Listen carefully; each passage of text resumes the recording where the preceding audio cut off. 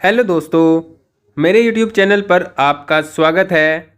और आज की वीडियो में हम कुछ धन योगों के बारे में बात करेंगे।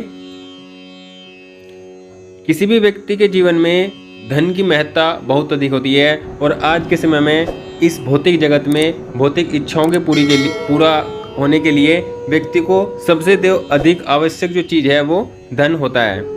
तो कुंडली में कुछ ऐसे कॉम्बिनेशन होते हैं, कुछ ऐसे योग होते हैं, बहुत सारे योग होते हैं। सभी योगों को एक वीडियो में बताना संभव नहीं होता है, तो इसके लिए हम समय समय पर वीडियो लाते रहेंगे और वीडियो के माध्यम से आपको धन योगों के बारे में जानकारी देते रहेंगे।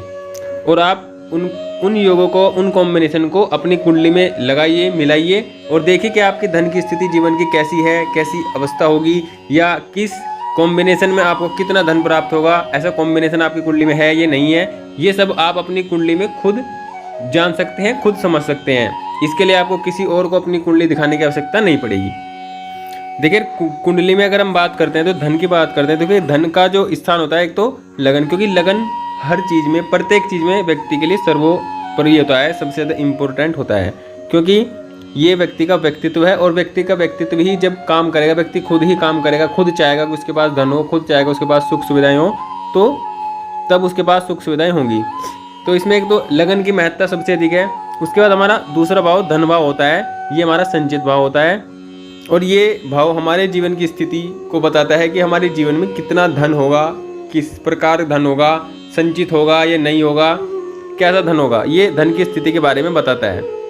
और उसके बाद हम बात करते हैं धन के लिए लाभ भाव, क्योंकि लाभ व्यक्ति के जीवन में जितना लाभ होगा, जितनी इनकम होगी, वो उससे भी उसके धन की स्थिति का पता लगता है। मतलब यहाँ से पता लगता है कि व्यक्ति कितनी इनकम करेगा, कितना पैसा उसके पास आएगा।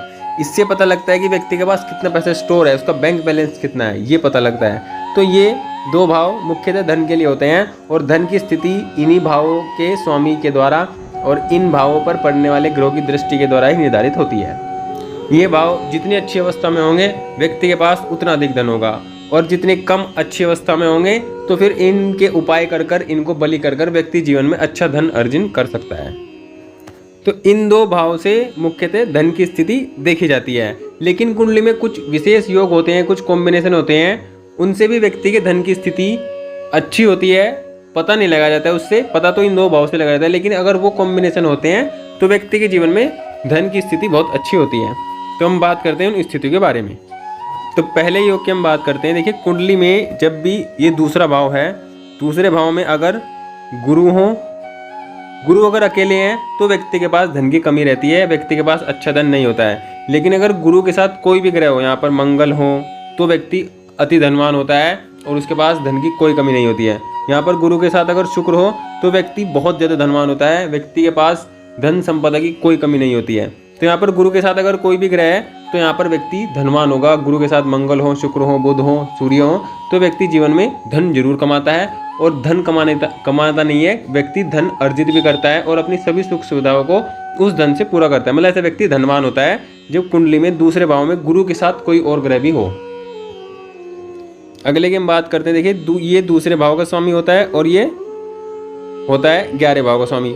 मतलब ये है कि अगर इस भाव का स्वामी इसमें चला जाए और इस भाव का स्वामी इसमें आ जाए तो ये भी अपने आप में महाधनी योग होता है। व्यक्ति मिलीनियर बिलीनियर तक की बनने की उसकी क्षमता होती है। उसके जीवन में, उसकी किस्मत में ऐसे योग होते हैं, उसकी किस्मत इस प्रकार की होती है कि वो मिलीनियर बिलीनियर तक बन सकता है, बहुत अधिक धन कमा सकता है जब इसका स्वामी इसमें हो और इसका स्वामी इसमें, मतलब दूसरे का 11 में हो या 11वें का दूसरे में हो। नक्षत्र परिवर्तन भी हो तो भी यही कॉम्बिनेशन बनता है, तो भी व्यक्ति जीवन में अटूट संपदा का मालिक बनता है। एक और कॉम्बिनेशन, जैसे दूसरे भाव का स्वामी ये दूसरा भाव होता है और ये अष्टम भाव है। अष्टम भाव व्यक्ति के जीवन में धन को दिखाता है, क्योंकि अष्टम भाव में कोई भी ग्रह होगा वो दूसरे भाव को देखता है। तो अष्टम भाव और दूसरे भाव के स्वामी का परिवर्तन हो, मतलब इसका स्वामी यहाँ पर चला जाए, इसका स्वामी यहाँ पर चला जाए, ये व्यक्ति के वाणी में प्रॉब्लम दे सकता है, व्यक्ति के जो परिवार है उसमें मतभेद दे सकता है। लेकिन व्यक्ति के जीवन में धन की कमी नहीं देता है, ऐसा व्यक्ति भी धनवान होता है।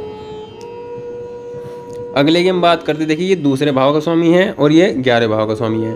तो दूसरे भाव का स्वामी या तो इस भाव में हो, इस भाव में हो, इस भाव में हो, इस भाव में हो, तो व्यक्ति जीवन में धन कमाता है। उसके पास धन होता है, चाहे पैतृक संपत्ति के रूप में हो, चाहे उसकी खुद की अर्जन क्षमता के रूप में हो, किसी भी रूप में हो, तो ऐसे व्यक्ति को धन प्राप्त 100% होता है। और अगर देखिए कुंडली में इस भाव का स्वामी भी अगर केंद्र त्रिकोण में हो, मतलब इन भाव में मुख्यतः अगर केंद्र में हो तो व्यक्ति के पास धन जरूर होता है। और इसमें जाए कि इस भाव का स्वामी और इस भाव का स्वामी एक दूसरे से केंद्र में हो। जैसे कि अगर मान लो मैंने यहाँ लिखा 5, 6, 7, तो यहाँ पर ये बन गए शुक्र और ये बन गए सूर्य।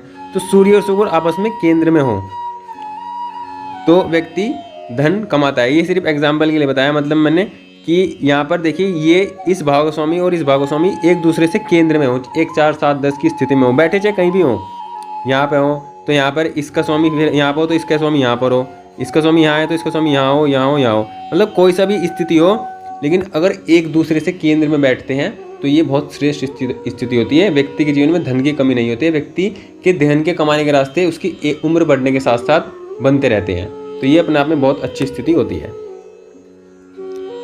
एक कॉम्बिनेशन हो रहा है जैसे कि ये दूसरे भाव का स्वामी है और ये पंचम भाव का स्वामी है, अगर दोनों दशम भाव में हो तो ये बहुत श्रेष्ठ स्थिति होती है। मतलब ऐसा व्यक्ति जो भी पढ़ाई करता है उससे बहुत धन कमाता है, और जो व्यक्ति काम सीखता है, पढ़ाई करता है, मतलब जो भी वो करता है उससे रिलेटेड वह धन कमाता है। और ये बहुत अच्छा योग होता है। जब दूसरे का स्वामी दशम में हो तो ये अपने आप में बहुत श्रेष्ठ योग है, बहुत धनी ऐसा व्यक्ति जीवन में बनता है। तो ये भी अपने आप में अच्छा कॉम्बिनेशन है। अगले की हम बात करते हैं, देखिए ये सप्तम भाव का स्वामी है और सप्तम भाव का स्वामी, ये सप्तम भाव का स्वामी है और सप्तम भाव का स्वामी ये लगन है। मतलब सप्तम भाव का स्वामी लगन से केंद्रीय त्रिकोण में हो, मतलब या तो यहीं पे बैठा हो, यहाँ पर हो, यहाँ पर हो, यहाँ पे, यहाँ पे, यहाँ पे, तो भी व्यक्ति जीवन में धन कमाता है। और 11 में भी है तो भी श्रेष्ठ धन कमाता है, तीसरे में भी है, दूसरे में तो भी धन कमाता है। मतलब सप्तम का स्वामी अगर लगन से केंद्रीय त्रिकोण में हो तो भी व्यक्ति श्रेष्ठ धन कमाने वाला होता है। यहाँ पर देखिए अष्टम कुंडली में अष्टम भाव में मान लो 2 ग्रह हैं, तो दोनों ग्रह यहाँ पर बैठे हैं, दूसरे भाव को देखेंगे तो ये बहुत धन देंगे, अपनी दशा अंतर दशा में व्यक्ति को धनी बनाएंगे। स्वास्थ्य खराब करेंगे लेकिन व्यक्ति के पास धन की कमी नहीं होगी। अष्टम भाव का स्वामी जब 11 में होता है तो ऐसे व्यक्ति को अचानक बहुत सारे अचानक पैसे मिलते हैं, बैंक अकाउंट के रूप में मिले, गिफ्ट के रूप में मिले, गड़े धन के रूप में मिले, किसी प्रकार से मिले, तो ये भी व्यक्ति के जीवन में उसकी धन की स्थिति को बहुत अच्छा कर देता है। जब अष्टम का स्वामी 11 में होता है तो ये व्यक्ति को अचानक धन के योग बनाता है, ऐसे व्यक्ति को अचानक धन प्राप्त होता है। दूसरे भाव में केतु हो तो भी व्यक्ति को अचानक बहुत अधिक धन प्राप्त होता है और उसके जीवन की धन की समस्याएं समाप्त हो जाती है। इतना धन व्यक्ति को प्राप्त होता है लेकिन वो अचानक होता है, उसकी कोई फिक्स डेट या फिक्स कोई चीज़ नहीं होती है। विशेषतः केतु की दशांतर, मतलब केतु समय में चल रहे हो तो व्यक्ति को जरूर अचानक धन और बड़ी मात्रा में धन प्राप्त होता है। कुंडली में अगर छठा भाव, ये छठा भाव है और छठे भाव में मंगल या राहु हो या शनि या राहु हो तो भी व्यक्ति जीवन में बहुत धन कमाता है, उसके पास धन की कमी नहीं होती है। विशेषतः अगर मंगल हो या शनि हो तो भी बहुत श्रेष्ठ धनवान ऐसा व्यक्ति होता है और जीवन में धन की कमी उसको नहीं होती है। और 11 भाव में अगर राहु हो, सूर्य हो तो विशेष ऐसा व्यक्ति भी धनी होता है और जीवन में धन की कमी उसके पास भी नहीं होती है। मतलब 11 में राहु हो और सूर्य हो तो ये स्पेशल कनेक्शन या स्पेशल कॉम्बिनेशन होते हैं धन के लिए। बाकी और ग्रह भी धन देते हैं लेकिन जब जितना राहु और सूर्य देते हैं इस भाव में और कोई ग्रह इतना धन नहीं देता है। तो ये भी बहुत श्रेष्ठ स्थिति यहाँ पर होती है, व्यक्ति जीवन में धन की कमी नहीं होती है, व्यक्ति के पास धन आना लगा रहता है। और एक कॉम्बिनेशन होता है, देखिए ये लग्नेश है, लग्नेश अगर इस भाव के साथ कहीं भी यहाँ पे बैठे हो, यहाँ पे तो भी व्यक्ति धनी होगा, 100% धनी होगा। और इस भाव के स्वामी और ये लग्नेश, मतलब 11वें स्वामी और लग्नेश होंगे तो भी व्यक्ति के पास अटूट संपदा होगी, अटूट धन होगा। इस भाव में, इस भाव में, इस भाव में, इस भाव में या इस भाव में, मतलब केंद्रीय त्रिकोण में कहीं भी हो तो भी व्यक्ति के पास 100% अटूट धन होता है, अच्छा धन होता है और जीवन में अच्छा धन कमाने की स्थिति व्यक्ति की होती है।